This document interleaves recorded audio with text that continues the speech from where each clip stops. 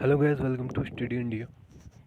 तो गाइस, आज हम अपने व्यूवर्स के लिए जो उत्तराखंड अधीनस्थ चयन आयोग की आगामी परीक्षा समूह ग लेवल की जो एग्ज़ाम होने वाले हैं ना, उसमें हिंदी का जो सिलेबस है उसमें एक हिंदी साहित्य करके एक टॉपिक है। उसमें 18 से 19 तो इतने कवि हैं, और तो हम एक एक करके इन कवियों को डिटेल में जो परीक्षा की दृष्टि से इम्पोर्टेंट है इनका जीवन परिचय, उनकी वीडियो लाएंगे सीरीज में। तो शुरू करते हैं। जो भक्ति काल के महान कवि थे या निर्गुणवादी थे, कबीरदास जी का। ठीक है,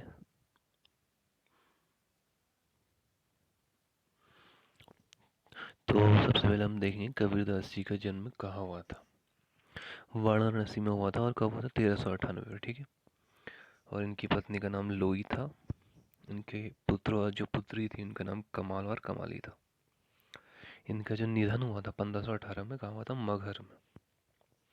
इनके गुरु कौन थे? रामानंद। ठीक है, और माता पिता नीरू और नीमा, जो एक जुलाहा दंपति थे।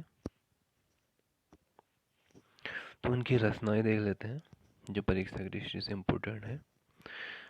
तो एक इनका जो बीजक ग्रंथ है, जिसमें 3 अलग अलग इनके जो संग्रह हैं उनको एक जगह संकलित किया गया है। साखी, सबदा और रमेनी, ये 3 का संकलन इनके शिष्य धर्मदास ने किया। ठीक है, किसमें? बीजक में।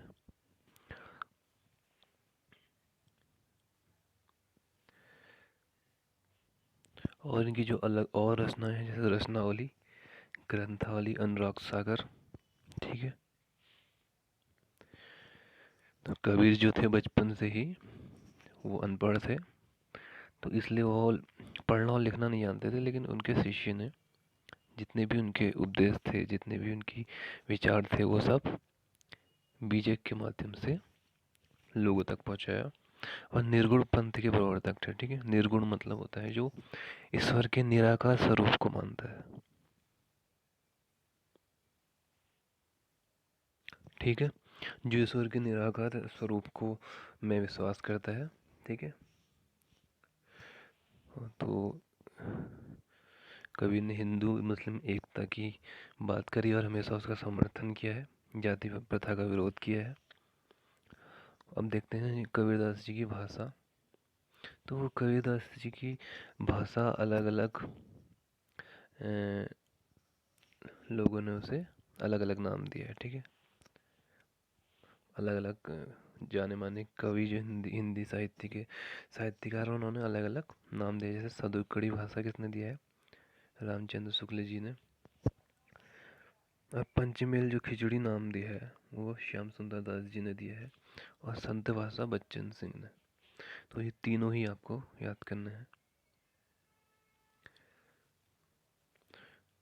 और एक हजारी प्रसाद द्विवेदी जी का एक स्टेटमेंट था कि कबीर वाणी के डिक्टेटर थे।